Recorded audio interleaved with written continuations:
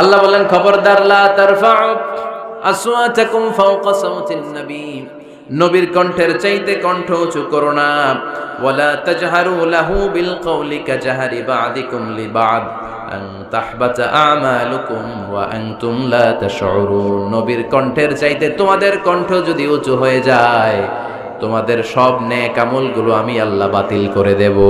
আসসালামু আলাইকুম। ইসলাম দরদি ভাই ও বোনদের জানাই আমার আন্তরিক প্রীতি ও শুভেচ্ছা। যারা দেশ এবং দেশের বাইরে থেকে আমার এই ভিডিও দেখছেন তাদেরকে জানাই আমার অন্তরের অন্তরস্থল থেকে আন্তরিক প্রীতি ও শুভেচ্ছা ও আসসালামু আলাইকুম। তো আজকে যে হুজুরকে নিয়ে এসেছি সে হুজুর হচ্ছে মিজানুর রহমান আজহারি। মিজানুর রহমান আজহারি হুজুর যে সুন্দর বয়ান করেছেন, সেই সুন্দর বয়ানটি আমরা শুনবো এবং আমল করার চেষ্টা করব ইনশাআল্লাহ। তো চলুন আর বেশি কথা না বাড়িয়ে আমরা সেই মিজানুর রহমান আজহারির হুজুরের কাছ থেকে আমরা শুনে নেব বিশেষ কিছু মূল্যবান ওয়াজ এবং সেই ওয়াজকে আমরা মানার চেষ্টা করব ইনশাআল্লাহ। তো চলুন শুনে নিই সেই মিজানুর রহমান আজহারির বয়ান। ফলে সামাজিক সুখ সম্প্রীতির প্রধান মাধ্যম হচ্ছে আল্লাহ আল্লাহ রাসূল যা বলেছে এটাই আমরা মানব। এর উপরে আমরা কোনো কথা বলতে চাই।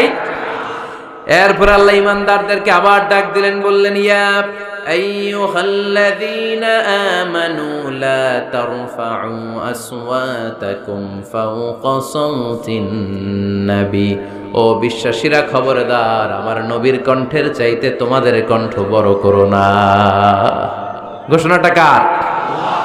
কারণ সাহাবারা আল্লাহ রাসূল সাল্লাল্লাহু আলাইহি ওয়াসাল্লামের চারদিকে এরকম ঘিরে বসে থাকতো। এজন্য সাহাবাদেরকে উদ্দেশ্য করে আল্লাহ বললেন, আমার নবীর গলার সাউন্ড যতটুকু তোমাদের সাউন্ড থাকবে অতটুকু বা অতটুকুর চেয়ে কম, এর চেয়ে বড় হওয়া যাবে তাহলে বেয়াদবি হয়ে যাবে।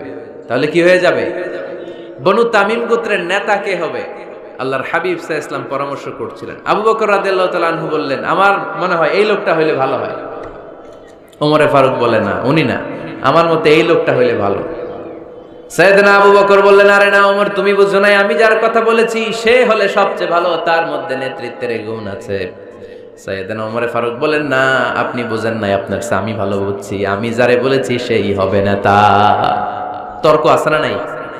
এই তর্ক, কথার নাম কথা, কথার পিঠে কথা করতে করতে করতে করতে ওনাদের মধ্যে একটু ঝগড়ার একটা ভাব। বিশ্বনবী বসা, এই ঝগড়া করতে করতে সাউন্ড বড় হয়ে গেছে, এই উনি হবে, উনি বলে না উনি হবে। বিশ্বনবীর কণ্ঠের চাইতে কণ্ঠ উঁচু হয়ে গেল। আরশের উপর থেকে একটা ধমক দিলেন কে? আল্লাহ বললেন, খবরদার লা তারফাউ আসওয়াতাকুম ফাওকা সাওতিন নবী, নবীর কণ্ঠের চাইতে কণ্ঠ উঁচু করো না।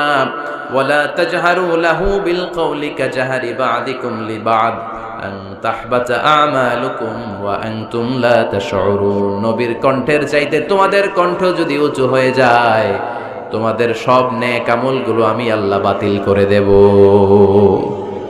ধমকটা ছোট না বড়? ছোট না বড়? মনোযোগ আছে আপনাদের? যদি নবীর কণ্ঠের চাইতে তোমাদের কণ্ঠ বড় হয়, জীবনে যত ইবাদত করছো সব বাতিল। নামাজগুলো বাতিল, কাজে আসবে না। হজ করছো, বাতিল। রোজা রেখেছো, বাতিল, সব বাতিল। বেয়াদবি করেছো নবীর সাথে, চিল্লায় বলেন ঠিক কিনা? নবীর কণ্ঠের চাইতে নিচু হতে হবে কণ্ঠ। এই আয়াত আসার পরে সাহাবারা তো এমন ভয় পেলেন, এবার নবীর কাছেই কেউ আসে না। সুবহানাল্লাহ কইবেন না? ভয়ে আসে না, ভয়ে না জানি আমার কণ্ঠ আবার নবীর কণ্ঠের চাইতে উঁচু হয়ে যায়। ওমরে ফারুক রাদিয়াল্লাহু তাআলা আনহু ডানে ঘুরে বায়ে ঘুরে কাছে আসে না। আবু বকর রাদিয়াল্লাহু তাআলা আনহু ডানে ঘুরে বায়ে ঘুরে কাছে আসে না।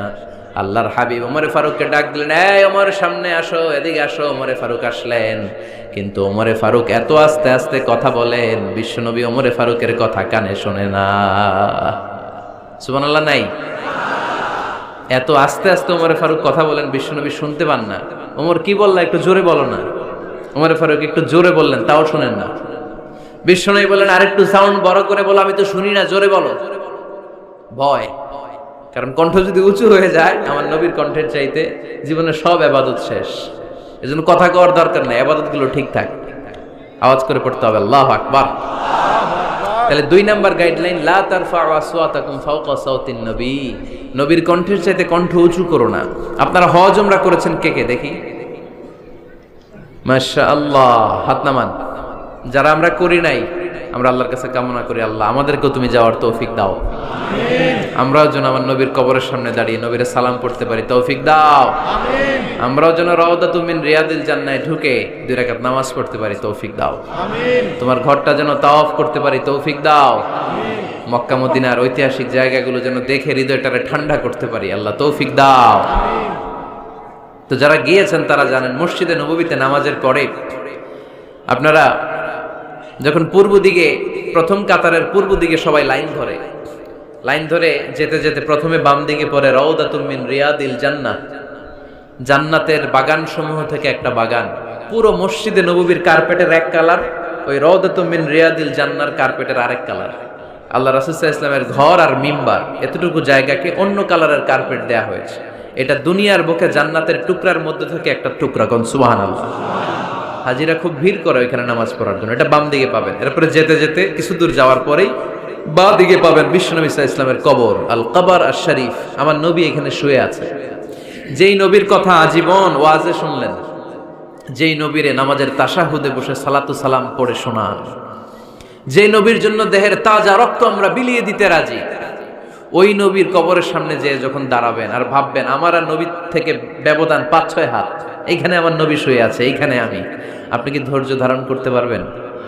কথা বলেন, নিজেকে সামলে রাখতে পারবেন? আমার নবীর কোন উম্মত প্রথম যখন উমরা করতে যায়, হজ করতে যায়, নবীর কবরের সামনে দাঁড়িয়ে নিজেকে সামলে রাখতে পারে না, চিৎকার দিয়ে কান্না আসে, চোখ দিয়ে ধা ধা করে অশ্রু ঝরে। যে হ্যাঁ বন্ধুরা, আজকের ভিডিও কিন্তু এই পর্যন্ত।